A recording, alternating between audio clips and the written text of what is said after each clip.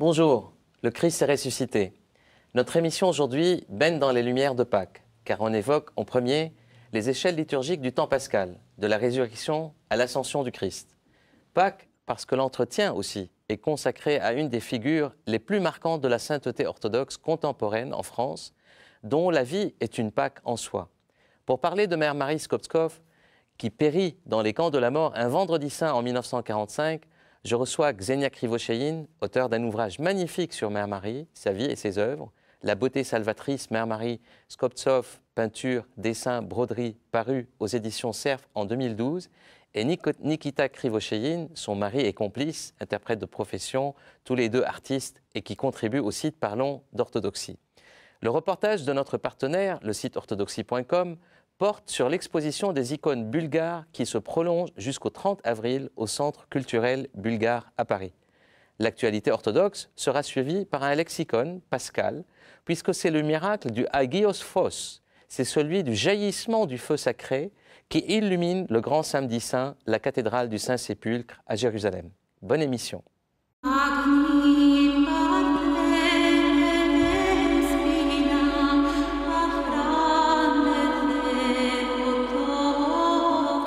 La première des échelles liturgiques du temps pascal commence avec le jour de Pâques et l'annonce de la résurrection. 42 jours de fête suivent. Les offices commencent toujours avec le chant de Pâques. Les orthodoxes se saluent entre eux, le Christ est ressuscité, et sa réplique, en vérité, il est ressuscité. Tous les vêtements liturgiques et les linges d'église sont en blanc immaculé, en rappel du vêtement de l'ange annonçant au tombeau du Christ la bonne nouvelle. Plus de prosternation jusqu'à la Pentecôte dans les églises. La semaine qui suit Pâques est celle dite du renouveau. Les églises et les portes de l'iconostase restent tout le temps ouvertes pour symboliser ce libre accès au Saint des Saints que Jésus-Christ, notre grand prêtre, nous a ouvert par son sang. Elle est aussi la semaine dite lumineuse, un avant-goût du jour sans déclin, celui du printemps éternel. La deuxième échelle, c'est le dimanche du doute de Thomas. Le Christ balaie son doute, le doute de Thomas, et l'invite à explorer avec ses doigts ses blessures. Thomas affirme dans la réalité, alors la réalité tangible de la résurrection. Il lui dit « Tu es en vérité mon Seigneur et mon Dieu ». La troisième échelle liturgique, le dimanche des femmes myrophores, première témoin de la résurrection et première annonciatrice de la bonne nouvelle, ce sont des femmes. La quatrième échelle, dimanche du paralytique, c'est la proximité du Christ avec toutes les détresses humaines qui sont mises à l'écart, qui est commémorée. « Je n'ai personne pour me plonger dans la piscine miraculeuse », disait le paralytique au Christ. À la mi-Pentecôte, nous sommes à équidistance de Pâques et de la Pentecôte. Le Christ enseigne au temple et dévoile la relation avec le Père. « Ne saviez-vous pas que je me dois aux affaires de mon Père ?» dit-il. Avec la cinquième échelle, le dimanche de la Samaritaine, le Christ nous enseigne qu'il est la source d'eau vive et éternelle et que la véritable adoration du Père doit se faire désormais en esprit et en vérité, sans se limiter au temple. La sixième échelle liturgique, dimanche de la guérison de l'aveugle-né. Le Christ nous fait passer des ténèbres originelles vers la vraie lumière sans déclin, c'est-à-dire le Christ. À l'Ascension, 10 jours avant Pentecôte, on clôture la fête de Pâques. Le Christ précurseur nous prépare le chemin du royaume et nous promet le Paraclet, le Consolateur, l'Esprit Saint, qui descendra sur les disciples et l'Église le jour de la Pentecôte, célébré exactement 50 jours après Pâques.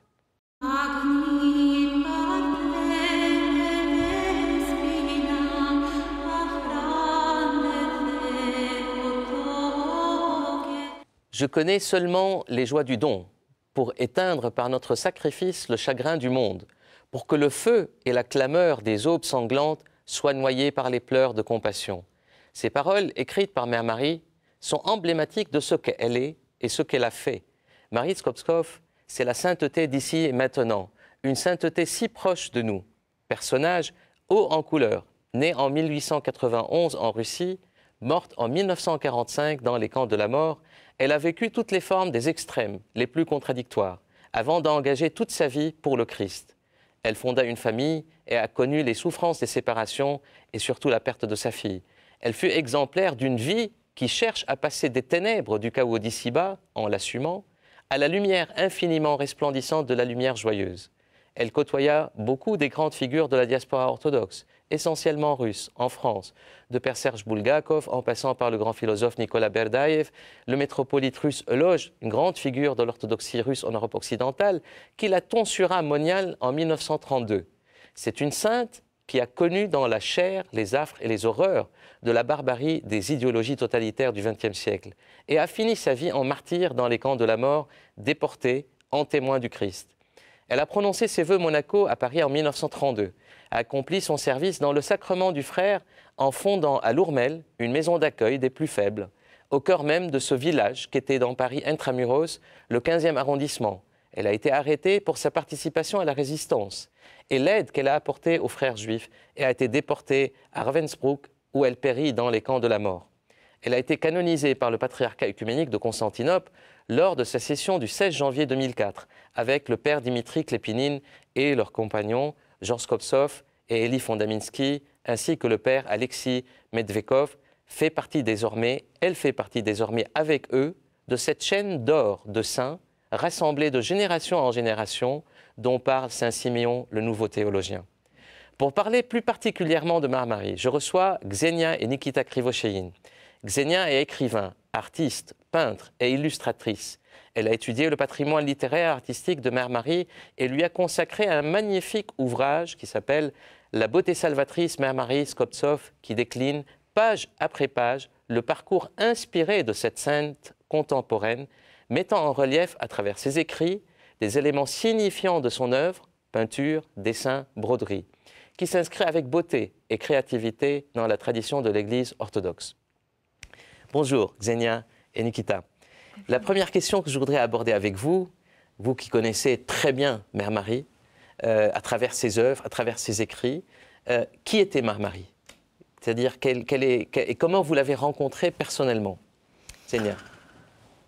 Mère Marie, c'était un personnage très talentueux d'abord. Hein. Il a vraiment... le Dieu donné beaucoup de talent.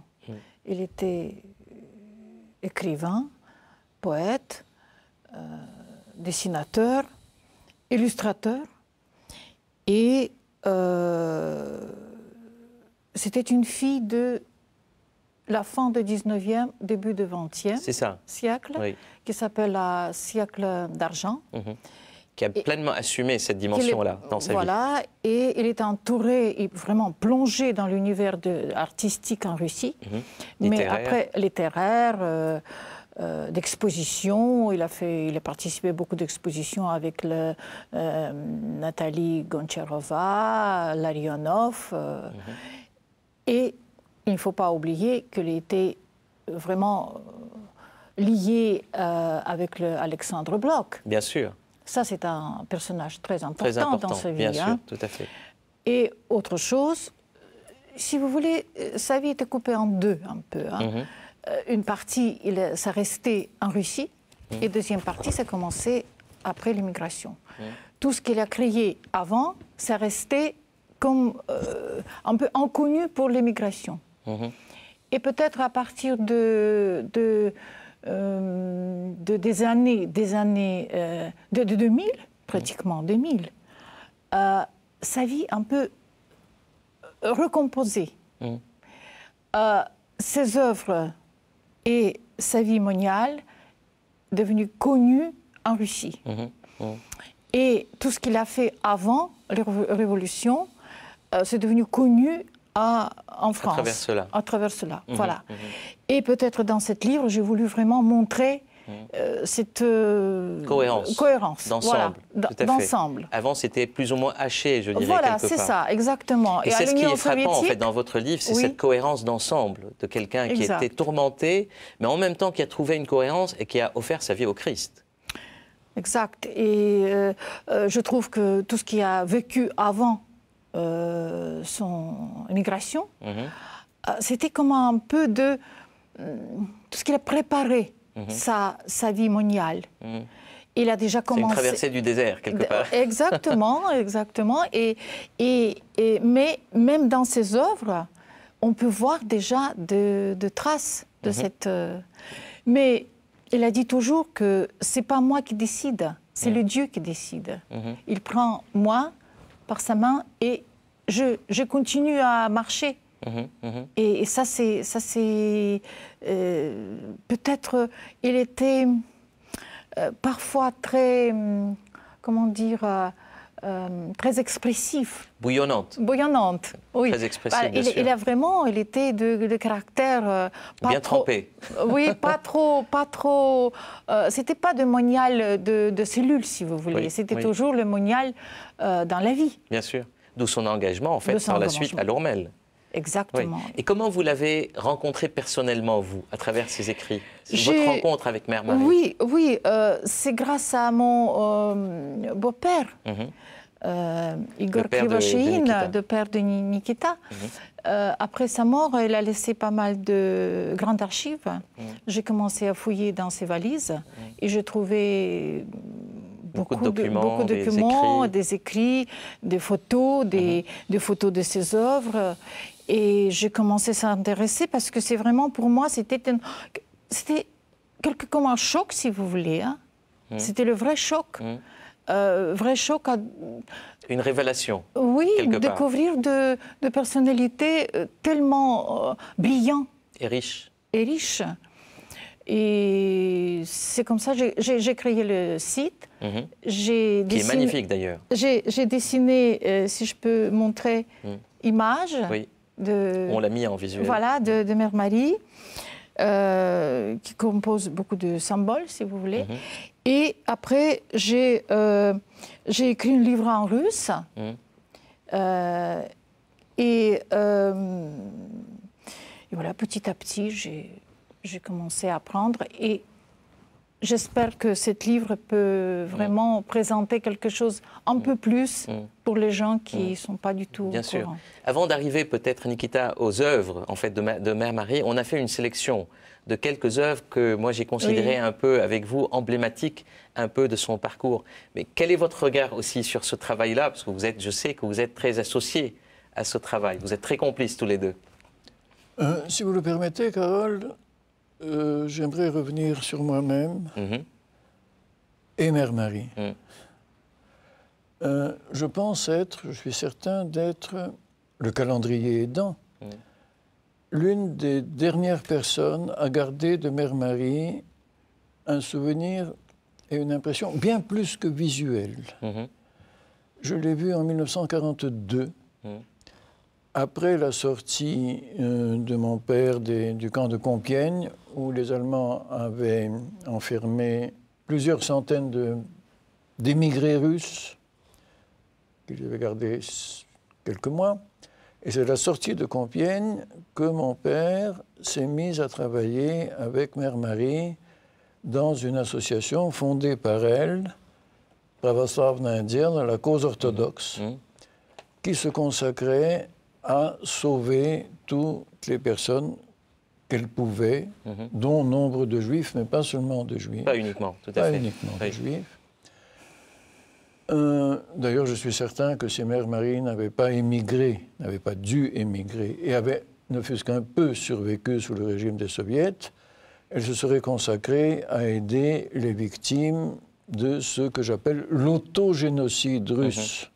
La nation russe s'étant, pour ainsi dire, massivement suicidée par le régime bolchevique. Et pour en revenir à 1942, ma mère est allée et m'a prise avec elle, rue Lourmel, pour régler quelques questions avec Mère Marie.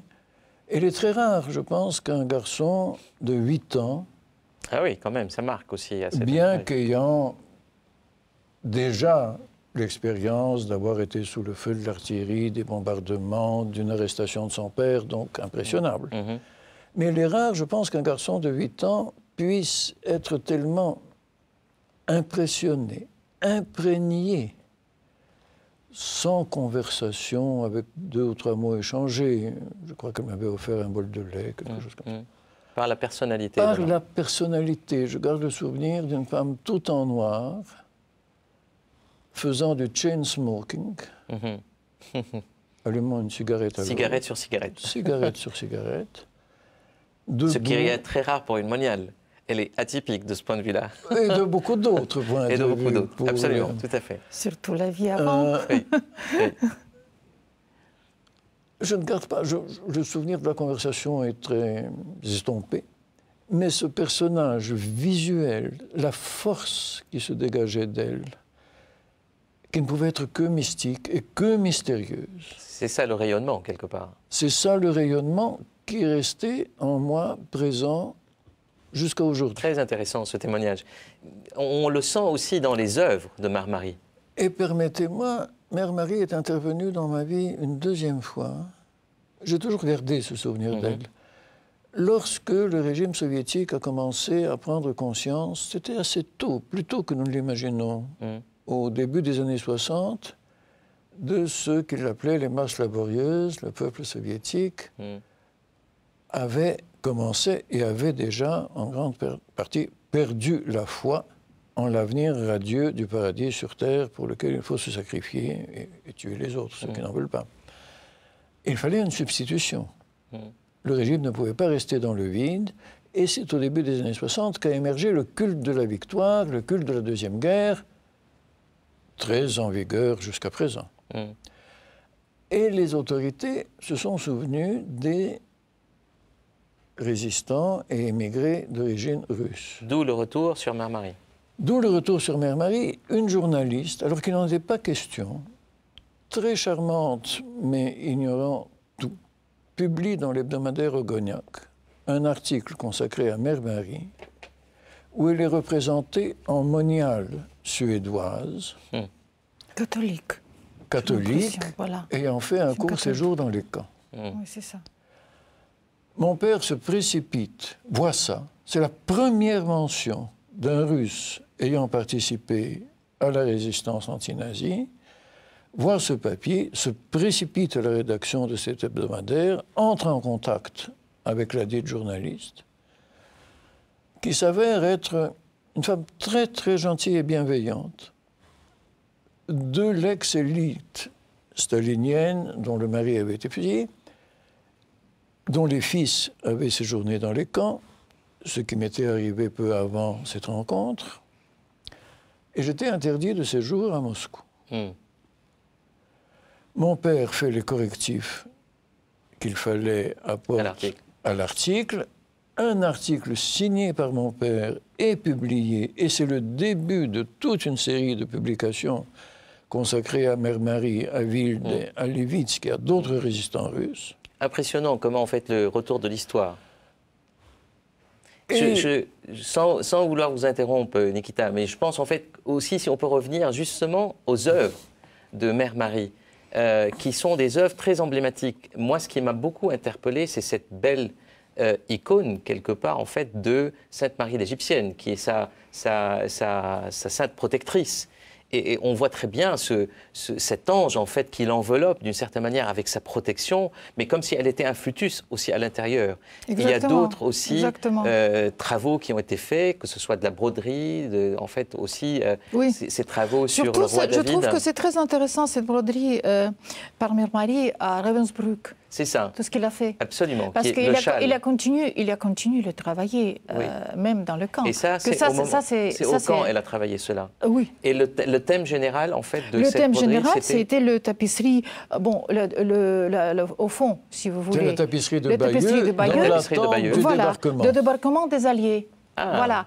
Et parce que ça, c'était tout ce qui est écrit ici, parce que c'était brodé par les aiguilles qui étaient volées.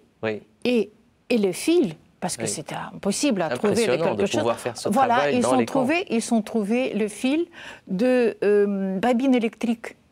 Ils ont été volés par les déportés. Des déportés. Et il a brodé en cachette, bien sûr. En cachette. Quel travail de patience. De patience, voilà, en attendant vraiment des jours de débarquement. Parce que ça, c'était, tout le monde attendait ça. Et ça, s'est été sauvé par par sa déportée. Et sauvé cette foulard. Et c'est conservé où? C'est conservé chez l'un très longtemps. Il a été conservé par cette détenue et il a été donné à Yelena Klipinina, Arjakovskaya-Klipinina. D'accord. Il est maintenant chez elle. D'accord, d'accord. Ok. Voilà. Et juste pour terminer, donc en fait, quelle est l'actualité aujourd'hui de Mère Marie Lorsque en Mère France Marie, et en Russie. lorsque Mère Marie brodait ce châle de la tapisserie de Bayeux dans l'attente du débarquement, elle disait la victoire, la défaite nazie est imminente. Il a brodé aussi une icône qui était malheureusement perdue. Oui. N'a pas. La défaite est imminente, il y aura une victoire russe. Je rentrerai en URSS et j'irai errer sur les routes russes. Ah oui, donc elle prévoyait encore cette vocation aussi. Elle prévoyait ce retour. Il a dit toujours, Nikita, excusez-moi que je t'interrompe, que si je peux un jour sortir, bien sûr, je reviens en Russie. C'est ça, j'irai voilà. errer. Et c'est là on va terminer, je pense. J'irai errer sur les routes. Je pense qu'on va terminer là-dessus, et c'est important parce qu'en fait, ça revient quelque part. Elle revient sans. Elle revient avec d'une manière spirituelle plus forte, peut-être. Bien sûr, plus forte. Merci beaucoup pour cet entretien. Merci.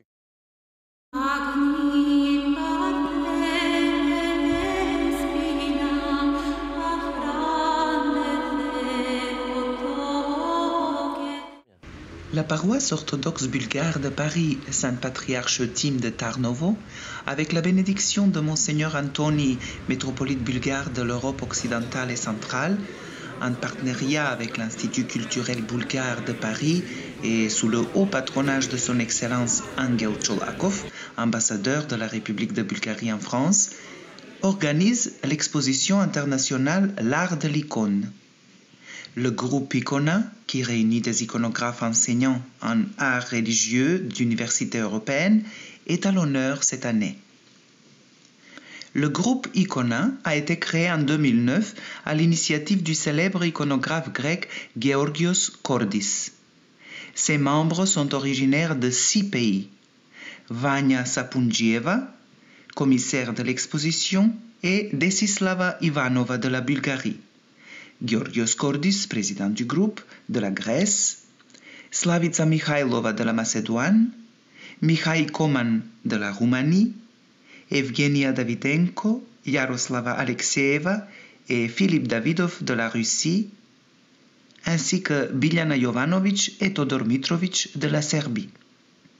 Le vernissage de l'exposition, qui a eu lieu le 31 mars, a débuté avec les chants de la chorale Saint-Prince Lazare, venu spécialement de Stuttgart pour cette manifestation pan-orthodoxe.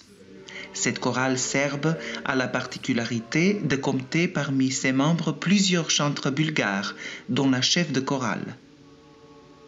La directrice de l'Institut culturel bulgare, Diana Ignatova, a ouvert le vernissage en insistant sur la collaboration fructueuse avec la paroisse orthodoxe bulgare à Paris et le fait que c'est la 4e année consécutive qu'ils présentent ensemble au public français une exposition d'icônes orthodoxes. L'ambassadeur de Bulgarie en France, Angel Cholakov, dans son discours, en démontrant de connaissances théologiques fines dans le domaine de l'iconographie, a salué la dimension internationale de la manifestation, qui par ailleurs était accentuée par la présence de l'ambassadeur de la Serbie en France, Rajko Ristić.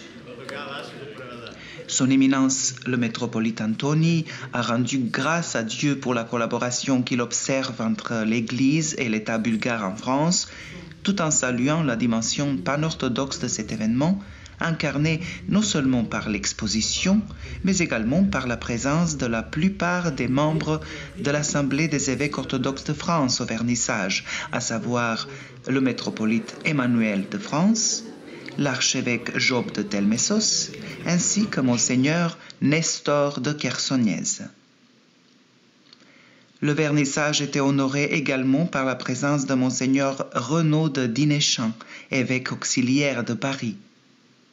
Le comte de Paris Henri VII d'Orléans et la princesse Michaela sont également venus au vernissage. L'exposition L'Art de l'icône du groupe Icona se poursuit jusqu'au 30 avril.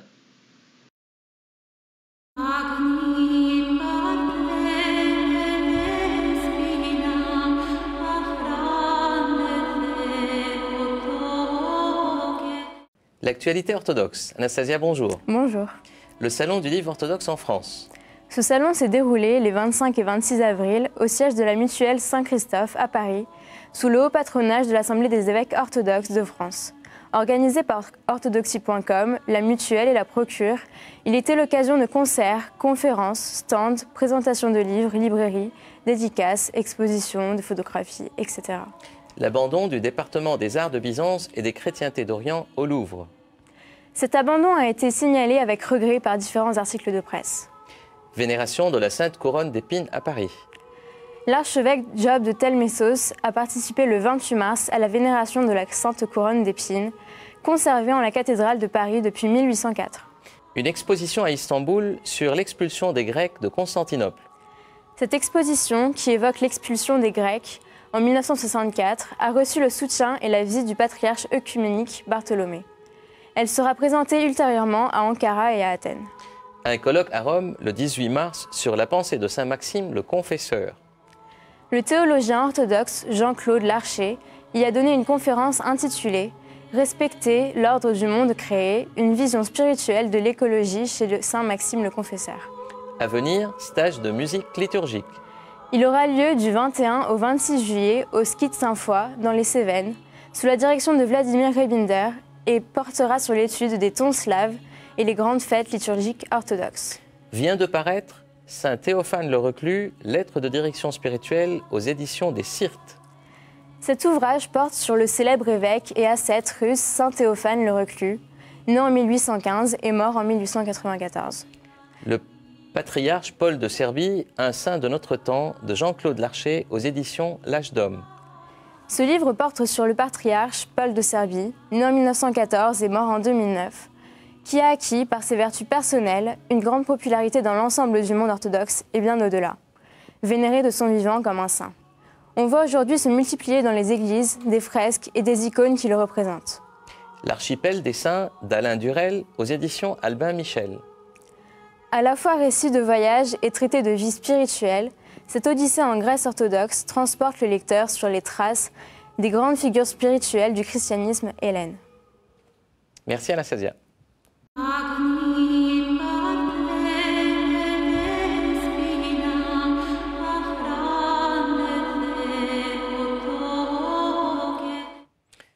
Le miracle du feu sacré ou du saint feu, en grec aion phos, lumière sacrée, se produit chaque année à la cathédrale du Saint-Sépulcre à Jérusalem, le grand samedi saint.